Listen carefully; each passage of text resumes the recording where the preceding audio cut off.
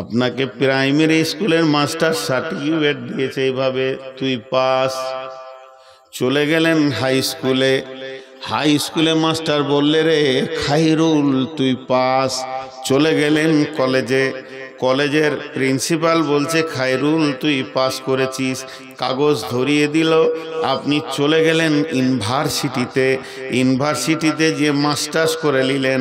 ইউনিভার্সিটির প্রিন্সিপাল বলছে খাইরুল তুই গোটা ঝাড়খণ্ডে এক হয়েছিস, তাই নয় গোটা ইন্ডিয়াতে তুই 1 নম্বর হয়েছিস, তুই পাস। তখন আমি আনন্দে আত্মরা হয়ে গেলেন। একদিকে মা আছে, একদিকে আব্বা আছে, মুখে বৃষ্টি ভরছে, বেটা আমার পাস করেছে, বেটি আমার পাস করেছে। আর ফেসবুকে ছবি দিয়ে দিল অমুকের বেটা পাস করেছে, অমুকের বেটি পাস করেছে। আপনি সিনা উঁচু করে হাঁটছেন, আমার মতো সৌভাগ্যবান কেউ নাই। কিন্তু খায়রুল এক ওয়াক্ত নামাজ পড়ে না, দাঁড়িয়ে পেশাব করে। আল্লাহ বলছে তোর মতো ফেল মার্কা মালার নাই, এ জীবনের কোনো মূল্য নাই। ওর বাপ বুঝে নাই যে আমার ছেলেটা যে একদম খোরাক হয়ে গেছে জাহান্নামে। ওর মা বুঝতে পারে নাই আমার ছেলেটা ফেল পড়ে গেছে। পাড়াওয়ালা গাঁওয়ালা বুঝতে পারলো না ছেলেটার জিন্দেগিটা কুত্তা গরুর থেকে, ছাগলে ভেড়া শুকরের থেকে নিচে চলে গেছে। পাস বলে আনন্দ হয়ে গেছে। পৃথিবীর কোনো ডিগ্রি কাজে লাগবে না, তা বলে মাদ্রাসা তুমি পাস চলবে না, জামিয়াতে পাস, ইউনিভার্সিটিতে পাস, মদিনা থেকে পাস করে এলো, দেখা যাচ্ছে মসজিদের টাকা চুরি করছে, তুমিও নাকাম হয়ে গেছো। বন্ধুরে এই পাসগুলো কোনো কাজে লাগবে না। আল্লাহ তাবারক ওয়া তাআলা বলছে তোকে যে যা বলবে বলুক না কেন, তুই পাস না ফেল এটা আমি আল্লাহ বলবো, তুই অপেক্ষায় থাক। জি মা বোনেরা, আমার বেটিরা, আজকে তোমাদের বাপ জালসা করছে, একটু ধৈর্য ধরে শোনো মা। ছোট ছোট বাচ্চারা কথা বললে তোমরা বলিও না মা, তুমি করে কথা বলছি রাগ করিও না, আমি বাপ হয়েছি তোমাদেরকে বেটি বানিয়েছি ওই লেগে। একটু ধৈর্য ধরে বাপের কথা শোনো। বাপ কি ওসিয়ত করছে পাসকে ফেলকে, এই যে কত দক্ষ সূক্ষ্ম কথাগুলো পরপর এবার আসবে। আল্লাহ বলছেন, এবার আমি আয়াত শুরু করলাম। ইয়া আইয়ুহাল ইনসানু ইন্নাকা কাদিহু ইলা রাব্বিকা কাদহান ফামুলাকি। ইয়া আইয়ুহাল ইনসানু, আজকের জন্যে 2025 সালের নভেম্বরের আজকে হলো 18 তারিখের দিবাগত রাত্রি। আজ মঙ্গলবার রাত্রিতে আপনাদেরকে বলছি, এখানে কান করে শুনেলেন। এই লোকেরা আজকের দিনে লোকেদেরকে বিশেষ করে সামনে রেখে বলছি, হে পেয়াদাপুরের পাকুর পেয়াদাপুরের সবার ব্যক্তিরা শোনো, আল্লাহ কি ভাষাটা বলছেন। ইয়া আইয়ুহাল ইনসানু, হে লোক সকল, হে লোক সকল। আমি গোটা ঝাড়খণ্ড বাঙ্গালকে বলছি না, শুধু আজকের জন্য বলছি, এই মহফিলকে বলছি। যতদূর মাইকের আওয়াজ যেছে, যারা হৃদয় দিয়ে শুনছে, যারা মন দিয়ে শুনছে, তাদেরকে বলছি, আল্লাহ আমাদেরকে বলছেন, হে লোক সকল তোমরা কোশিশ করো, মেহনত করো, শক্ত মেহনত করো পৌঁছানোর জন্যে কার কাছে। ইন্নাকা কাদিহু ইলা রব্বিকা কাদহান, মোলাকাত করো পৌঁছানোর জন্যে। ফামুলাকি, তোমার রবের সঙ্গে মোলাকাত করার, যদি তার কাছে তুমি কোশিশ করে করে করে করে করে করে পৌঁছাতে পারো, তবেই তুমি পাস। এখন যদি ছোট করে বলা হয়, বেশি কথা লয়, কালকে ধুলিয়ানে পশ্চিমবঙ্গের মুখ্যমন্ত্রী মমতা ব্যানার্জি আসবে, আর এই বাঙ্গালে কোনো একটা গ্রাম দোগাছির অমুক ছেলেটাকে দেখেছে, ওর সঙ্গে 5 মিনিটের সাক্ষাৎ করবে, সরাসরি মুখ্যমন্ত্রী সাক্ষাৎ করবে। ওরে বাপরে, ও খুশিতে হার্ট ফেল করে দেবে। মুখ্যমন্ত্রী আমার সঙ্গে কথা বলবে, ঝাড়খণ্ডের মুখ্যমন্ত্রী পাকুর আসবে, 3 ঘন্টা সফর করে এখান থেকে চলে যাবে, কিন্তু পিয়াদাপুরের অমুকের বেটার সাথে 8 ঘন্টা সে মিটিং করবে। এর খুশিতে আর দম আটকে যাবে। স্বয়ং আল্লাহ বলছে তোর সঙ্গে আমি মিশব, কোশিশ কর, কোশিশ কর, তো আমার কাছে পৌঁছে যাবি, মোলাকাত হয়ে যাবে তোর সাথে আমার। আর এক জায়গায় আল্লাহ বলছেন বিসমিল্লাহির রহমানির রহিম, ফামান ইয়ারজু লিকা রাব্বিহি ফালিয়ামাল আমালান সলিহা ওয়ালা ইশরিক বিইবাদাতি রাব্বিহি আহাদা। আল্লাহ কত সুন্দর করে বলছেন, ফামান ইয়ারজু কুল ইন্নামা আনা বাসারুম মিসলুকুম ইউহা ইলাইয়া আন্নামা ইলাহুকুম ইলাহু ওয়াহিদ। ফামান কি আছে, ফামান ইয়ারজু লিকা রাব্বিহি ফালিয়ামাল আমালান সলিহা। তোদের মধ্যে যদি কেউ চাস তো রবের সঙ্গে দেখা করবি, তার একটা রাস্তা আছে, সেই রাস্তাটা কি, ফালিয়ামাল আমালান সলিহা ওয়ালা ইশরিক বিইবাদাতি রাব্বিহি আহাদা। তোরা ভালো আমলে নেমে যা। আর কি আল্লাহ বলছেন, ফামান কানা ইয়ারজু লিকা রাব্বিহি, তোদের যদি আরজু হয়, তোদের যদি দিলের চাহাত হয় আমি রবের সঙ্গে দেখা করব, রবের সঙ্গে কথা বলবো, রবের সঙ্গে আপোস করব, তাহলে এক কাজ কর, তাহলে তুই এক কাজ কর, ফালিয়ামাল আমালান সলিহা, তোর ভালো আমলে নেমে যা, খারাপ আমলকে লাত মেরে দে, ওখান থেকে সরে চলে আয়, যে ভালো আমলে নেমে যা। ওয়ালা ইশরিক বিইবাদাতি রাব্বিহি আহাদা, ইবাদতের ভিতরে আল্লাহকে ডাকার ব্যাপারে, চাওয়ার ব্যাপারে, লেনদেনের ব্যাপারে, ভরসার ব্যাপারে, সাজদার ব্যাপারে, ভিক্ষা করার ব্যাপারে আল্লাহর সঙ্গে কাউকে শরীক করবি না, এক আল্লাহর কাছে পড়ে থাকবি, তাহলে তুই একদিন ধীরে ধীরে সেই মাবুদের কাছে পৌঁছে যাবি। সাকসেস একই বলে উত্তীর্ণ। যে রব পেল সে সব পেল, যে রব পেল সে সব পেল। আল্লাহ আমার রব, আল্লাহ আমার রব, এই রবই আমার সব। আল্লাহ আমার রব, আল্লাহ আমার রব, এই রবই আমার সব। আমি একবার আপনাদের সাউন্ড শুনতে চাইছি, সবারই একবার সাউন্ড দেন, আল্লাহ খুশি হবেন। এই রবই আমার সব, খালি খালি সবটা বলবেন, আর কিছু বলতে হবে না, আমি বাকিটা বলছি। আল্লাহ আমার রব, আল্লাহ আমার রব, এই রবই আমার সব। তার আর কি ভিখারি, সে কোয়েনে ভিখারি বলবে নিজেকে, জি। কিন্তু দেখলেন কত গুরুত্ব দিয়েছে আল্লাহ তাবারাক ওয়া তাআলা। আল্লাহ বারবার বলেন, যেদিন থেকে কোরআন নাজিল হয়েছে, নাজিল শেষ হয়ে গেছে, আর কোরআনের দ্বিতীয় কোনো আয়াত নাজিল হবে না।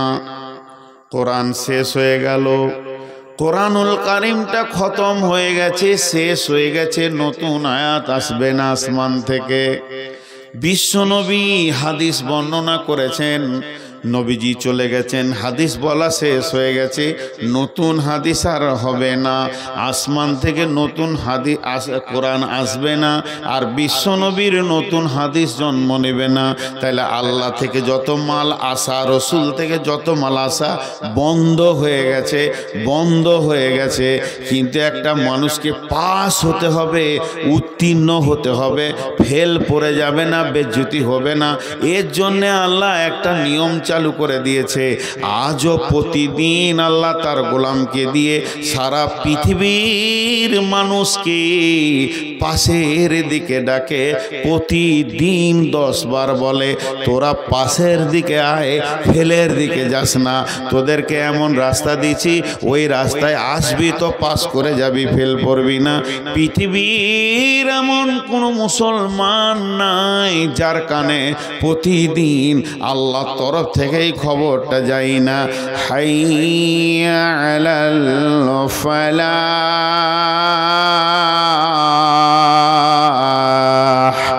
হাইয়া আলাল ফালাহ।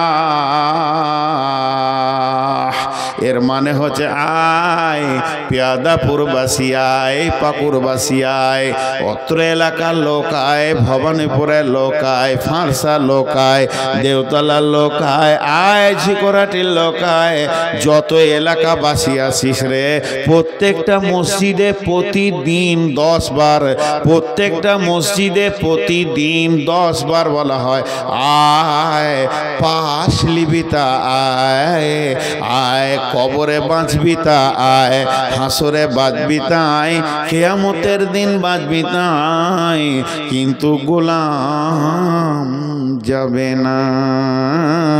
প্রতিদিন বলা হচ্ছে। এর জন্য আল্লাহ তাবারাক ওয়া তাআলা বলছেন, ওয়াল ফাজরি ওয়াল লায়ালিন আসরি ওয়াস সাফি ওয়াল ওয়াতিরি ওয়াল লাইলি ইযা ইয়াসরি হাল ফি যালিকা কাসামুল লিযি হিজরি হাল ফি যালিকা কাসামুল লিযি হিজরি। আর এক জায়গায় আছে বিসমিল্লাহির রহমানির রহিম ওয়াশ শামসি ওয়া দুহাহা ওয়াল কামারি ইযা তালাহা ওয়ান নাহারি ইযা দাল্লাহা ওয়াল লাইলি ইযা ইয়াগশাহা ওয়াস সামাই ওয়া মা বানাহা ওয়াল আরদি ওয়া মা তাহাহা ওয়া নাফসি ওয়া মা সাওয়াহা ফাআলহামাহা ফুজুরাহা ওয়া তাকওয়াহা قد أفلح من زكاها।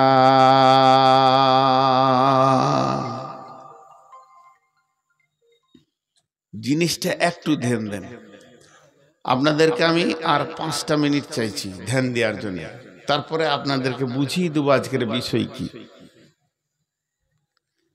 আল্লাহ, এই ধরেন ইনি বসে আছেন চেয়ারে, আমি ইনাকে দিয়ে উদাহরণটা দিচ্ছি, আমার মিশালটা মন দিয়ে শুনবেন বেটিরা আমার। ইনি আমাকে বলছেন, মৌলানা একটা মিষ্টি খান। আমার এখন সুগার হচ্ছে 500 প্লাস, 500 থেকে বেশি। আমি বললাম ভাই খাবো না। লোকটা আবার বলছে একটা মিষ্টি খান। তা আমি আবার ভদ্রভাবে বলছি আমি মিষ্টি খাবো না। এরপরে বলছে এই মিষ্টিটা পাকুড়ের সব থেকে বিখ্যাত, গোটা ভারতবর্ষে এটার মানে এমনকি ট্রান্সপোর্টিং হয়, একটা খান। এবার আমি রেগে গেছি, আর সামাল হচ্ছে না। তা আমি রেগে গিয়ে ওনাকে বললাম আল্লাহর কসম খাবো না, একটা কসম খেয়েছি। উনি তখন বুঝে নিয়েছেন না মানুষটা খাবে না, কসম যখন করেছে আর বলবো না, তো উনি বুঝে নিলেন। এখন ইমাম সাহেব আপনাদের এসে আমাকে বলছে, হাজি মৌলানা আপনাকে সেদিনে পাকুড়ে 5,000 টাকা দিলাম, তো টাকাটা দিবেন কবে? এখন আমার কলজে চলে গেছে। এখন মিষ্টির সমস্যা মারতে মারতে ও আবার আরেক সমস্যা এনে হাজির। তখন আমি কি বলছি, আল্লাহর কসম, আল্লাহর কসম, আল্লাহর কসম, আল্লাহর কসম, আল্লাহর কসম, আল্লাহর কসম, আল্লাহর কসম, আল্লাহর কসম, আল্লাহর কসম, আল্লাহর কসম, আল্লাহর কসম, আপনি আমাকে 1 টাকাও দেননি। তখন এই দুজনাতে ভাবছে ওরে বাপরে, মিষ্টি খোয়াতে 1টা কসম আর টাকা দেননি তাই 11টা কসম। তাহলে ওইটা আরও বেশি জিদে পড়ে গেছে, মৌলভী সাহেবের রাগ হয়েছে। ইমাম সাহেব বলছে তাহলে আমার ভুল হয়ে গেছে, মাফ করে দেন। বন্ধুরে আমার, আমার, একটা কসম খেলে যে জিনিসটা ঘটে 100টা কসম খেলেও ওই জিনিসটা ঘটে। আল্লাহ যদি কোনো বিষয়ে একবার হুকুম করে যেমন হবে, 1,00,000বার হুকুম করলে তাই হবে। কিন্তু আল্লাহ কেন 11টা কসম খেয়েছে? 11টা কসম খাওয়ার পেছনে কি লুকিয়ে আছে, এর ভিতরে কি রাজ লুকানো আছে? 11টা কসম আল্লাহর জন্য দরকার নাই। এখানে যতগুলোই লোক আছে নারী পুরুষ, এরা বুঝে নিয়েছে আল্লাহ যদি এখনই বলে আমি তোদেরকে কসম দিচ্ছি মজলিস ছেড়ে পালিয়ে যা, বাড়িতে যে ঘুমাগা, সব লোক চলে যাবে, আল্লাহর হুকুম মেনে নেবে, কেউ বসে থাকবে না। তা আল্লাহ কেন 10 বার বলছে? আল্লাহ তো 10 বার বলার দরকার নাই। আল্লাহ আমাদের চরিত্রের জন্য বলছে। আমাদের ফিতরাত খারাপ, আমাদের অভ্যাস খারাপ, একটা জিনিসকে ঘুরিয়ে ঘুরিয়ে ঘুরিয়ে ঘুরিয়ে ঘুরিয়ে ঘুরিয়ে পাপে ঢুকে আছি। আল্লাহ ওই গুরুত্ব বোঝানোর জন্যে এখানে একবার নয়, 2 বার নয়, ছোট্ট মতো একটা কথা বলবে, কথাটা যদি মাপেন ফিতে দিয়ে 1 ইঞ্চি হবে না। আর 11টা কসম খেলেন। আর একবার কসমগুলো শুনে নেন। শামসি ওয়াল দুহাহা ওয়াল কামারি ইদা তালাহা ওয়ান নাহারি ইদা জাল্লাহা ওয়াল লাইলি ইদা ইয়াগসাহা ওয়াস সামাই ওয়া মা বানাহা ওয়াল আরদি ওয়া মা তাহাহা ওয়া নাফসি ওয়া মা সাওয়াহা ফাআলহামাহা ফুজুরাহা ওয়া তাকওয়াহা। এতগুলো কসম খাওয়ার পর আল্লাহ বলছেন কাদ আফলাহা মান যাক্কাহা ওয়া কাদ খাবা মান দাসাহা। 11টা কসমের পর 2টো ছোট কথা বললেন, কত গুরুত্ব। হে আমার আপনজন ভাই বন্ধু, ওরে আমার বেটি, আল্লাহর ওস্তাদ দিছি 3টে মিনিট কান করে শোন, জিন্দেগির রাস্তার দরজা খুলে যাবে। আমি হাত দুটি পা দুটি ধরে বলছি, পেয়াদাপুর মসজিদে যদি 10টা টাকা কালেকশন না হয় আর 3 জন যদি রাস্তা খুঁজে পায়, কমিটি যা চেয়েছে তার ডবল হয়ে গেছে। কি বললেন আল্লাহ এতগুলো কসমকে? ভাষাটা দেখেন, আল্লাহ বলছেন قد أفلح من زكاها وقد خاب من دساها। বেটিরে, আল্লাহ বলছে যে পবিত্র থাকবে বেঁচে যাবে, যে নাপাক থাকবে ফেঁসে যাবে। যে পবিত্র থাকবে বেঁচে যাবে, যে নাপাক থাকবে ফেঁসে যাবে। কিয়ামতের মাঠে যে পবিত্র থাকবে বেঁচে যাবে, যে নাপাক থাকবে ফেঁসে যাবে। আর জলসা করার দরকার নাই, এক্ষুনি উঠে যান, দৌড় মারেন নদীতে, দৌড় মারেন সাবমার্সেলে, কলে, পুকুরে, যার যেমন গোসলের জায়গা আছে, আর সাবান নিয়ে মাথা থেকে পা পর্যন্ত কুচলে কুচলে ময়লাগুলো তুলেলেন, দিয়ে পবিত্র হয়ে যাব। যে পবিত্র হবে সে বেঁচে যাবে, যে নাপাক থাকবে সে ফেঁসে যাবে। বাহ, এই কথাটা বলার জন্য 11টা কসম। এর ভিতরে কি তথ্য লুকানো আছে বন্ধু? একটা মিনিট শুনেন তথ্যটা। আম্মা জান আয়েশা বললেন, ইয়া রাসূলুল্লাহ, নবীজি গো, আমাকে পবিত্র হওয়া শিখিয়ে দেন, আমি পাক হব, বেঁচে যাব। নবীজি বললেন, আয়েশা, শরীরে ময়লা তোলার নাম পাক নয়। আমার গায়ে যদি কুত্তার পেশাবও লেগে যায়, আমার জুব্বাটা যদি কুত্তার পেশাবও লেগে যায়, শূকরের পায়খানা লেগে যায়, আমি সাবান দিয়ে ধুলে পাক হয়ে যাবে। তাহলে আয়েশা রে, এই সাবান দিয়ে পবিত্র গায়ের ময়লা তোলার নাম পাক নয়।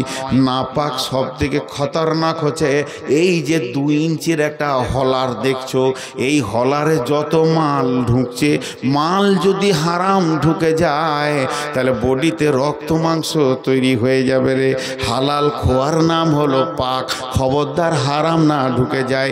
দাড়ি মারা টাকা ঢুকবে না, সুদের টাকা ঢুকবে না, জুয়ার টাকা ঢুকবে না, মদ ঢুকবে না, তাস লুডু দাবা খেলে, জুয়ো খেলে সেই টাকা নষ্ট হবে না। তোমার পেটে যেন হারাম না ঢুকে। কেউ যদি হারাম হারাম খেয়ে যায়, ওই হারামের রক্ততে মাংস হবে, হাড্ডি হবে। এই লোকটাকে নিয়ে গিয়ে যদি 7টা সমুদ্রেতে পানি দিয়ে সার্পে দিয়ে 3 মাস ধরে গোসল করানো হয়, চুবানো হয়, শরীরের চামড়া তো তুলে ফেলে দেওয়া হয়, ময়লা দুলের কথা, তারপরও পাক হবে না। এই লোকটাকে পাক করার জন্যে পানি আর সাবান পারবে না। একটা জিনিস আছে, সে পাক করে দেবে, ওটা হলো আল্লাহর জাহান্নামের আগুন। কারণ হচ্ছে সোনাতে খাদ ঢুকে গেলে যেমন আগুনে পুড়িয়ে অ্যাসিড দিয়ে ওর ভিতর থেকে খাদ বের করা হয়, যে লোকটা হারামখোর হবে পৃথিবীতে, ওর একমাত্র জাহান্নামের আগুনে খাদটা বের হবে। যখন ও সলিডটা দাঁড়াবে আল্লাহ ওকে জান্নাতে দেবে, আর যতক্ষণ ওই হারাম লেগে থাকবে ওকে জাহান্নামের আগুনে পোড়াবে। এটা হলো বড় পবিত্র। এই জন্য আল্লাহ বলছেন যে না পাক থাকলো ফেঁসে গেল, আর যে পাক থাকলো বেঁচে গেল।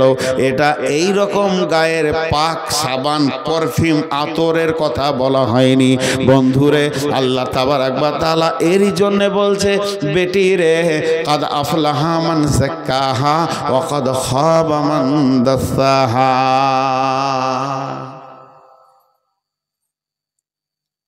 কিয়ামতের দিনটাকে বলা হয়েছে নাবাইল আজিম। নাবাইল আজিম বড় দিন, বড় বিপদের দিন। সব থেকে কঠিন বড় বিপদ হলো কিয়ামত। আজীব ব্যাপার, আজীব ব্যাপার। সেই কিয়ামতে ভালো মানুষও থাকবে।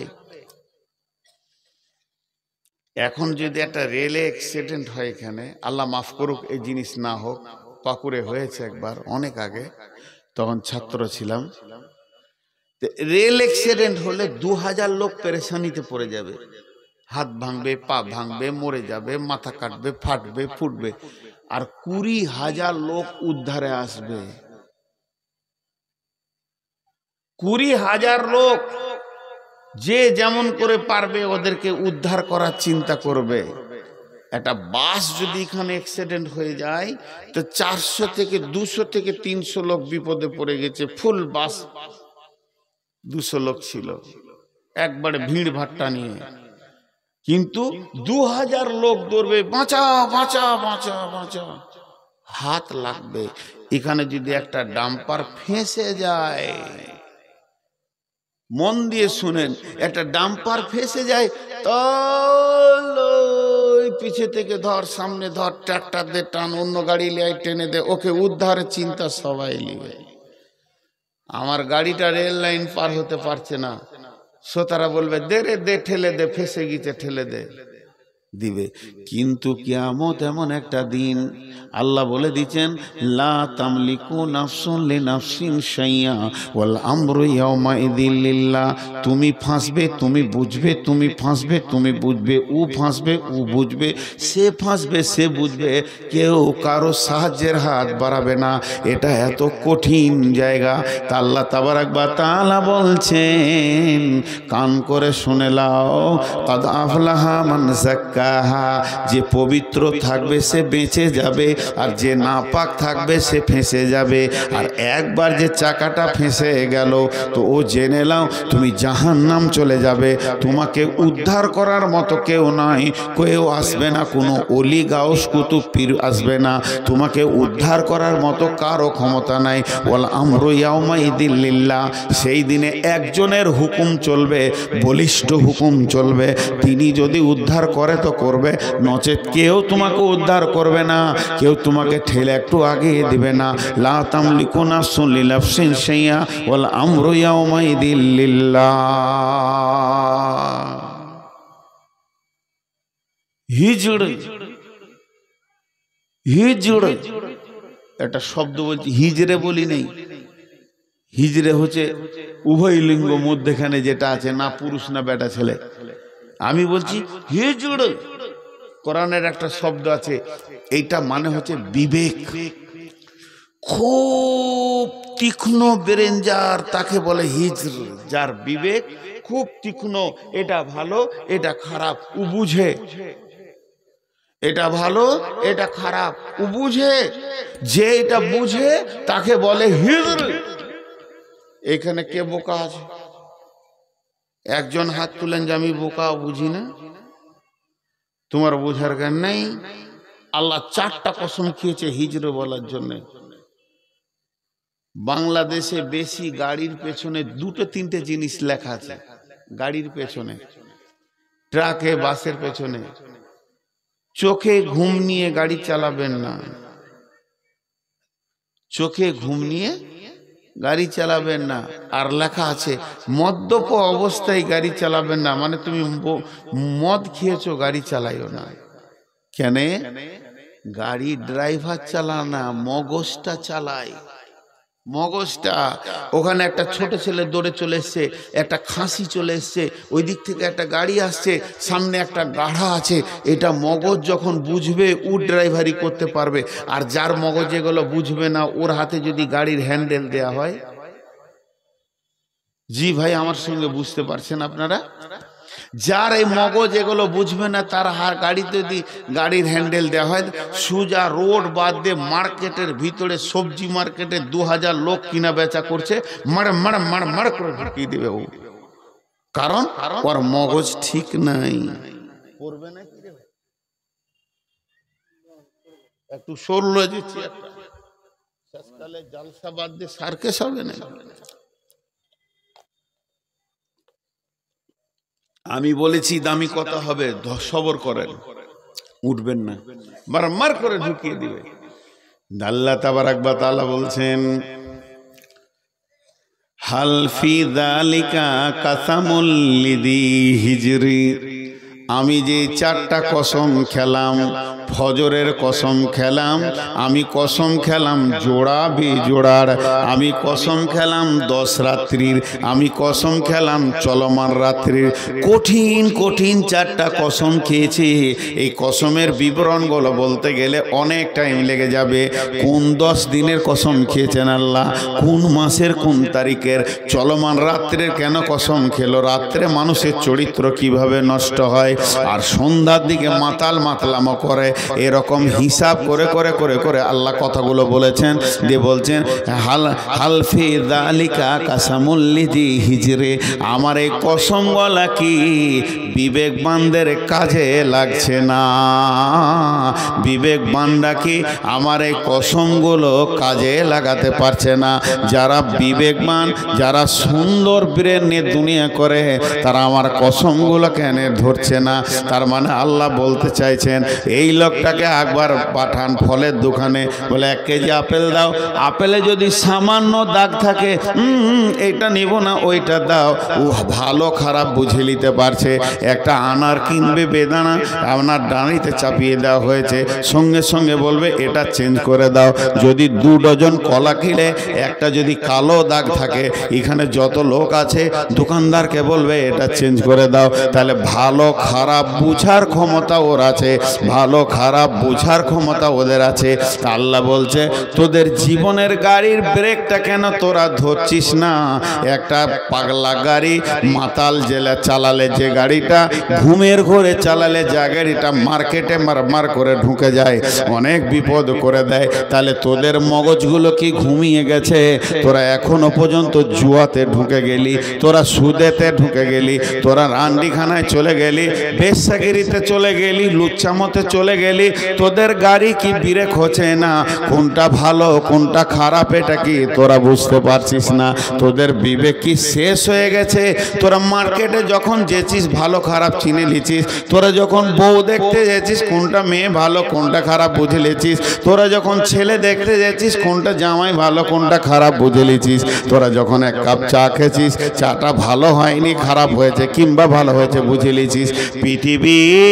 পৃথিবীর সব খারাপ ভালোকে বুঝার ক্ষমতা তোর হয়েছে, কিন্তু আল্লাহর দেওয়া হারাম আর হালাল এইটা বুঝার ক্ষমতা তোর শেষ হয়ে গেছে।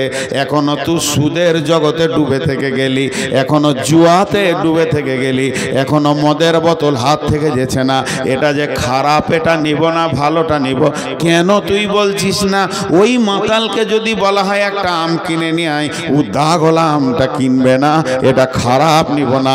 তাইলে তুই এখন আমটা বুঝতে পারলি দাগ আছে, লিচিস না, আর 1 মিনিট আগে কেন বুঝতে পারলি না যে বোতলের মালটা খারাপ, এটা খাওয়া যাব না। আল্লাহ ওটাই বলছে, হে বিবেকবান, তোদেরকে যে বিবেকটা দিলাম ওই বিবেকটা দিয়ে দুনিয়ার সব কাজ করে নিলি, আমার হুকুমের বেলায় বোকা বেনে গেলি। তাই আল্লাহ বলছেন কে কামিয়াব আর কে নাকাম একদিন বুঝে আসবে। আম্মা মান উতিয়া কিতাবাহু বিয়ামিনিহি ফাসাউফা ইউহাসাবু হিসাবান ইয়াসীরা। ওই কিয়ামতের মাঠে তোকে একদিন প্রাইমারি স্কুলের সার্টিফিকেট দিয়েছিল কে? Primary master. একবার দিয়েছিল হাই স্কুলের মাস্টার, একবার দিয়েছে কলেজের প্রিন্সিপাল, একবার দিয়েছে ইউনিভার্সিটির প্রিন্সিপাল, একবার MBBS করে সার্টিফিকেট নিয়েছিস, একবার FRCS করে সার্টিফিকেট নিয়েছিস, একবার SRG করে সার্টিফিকেট নিয়েছিস,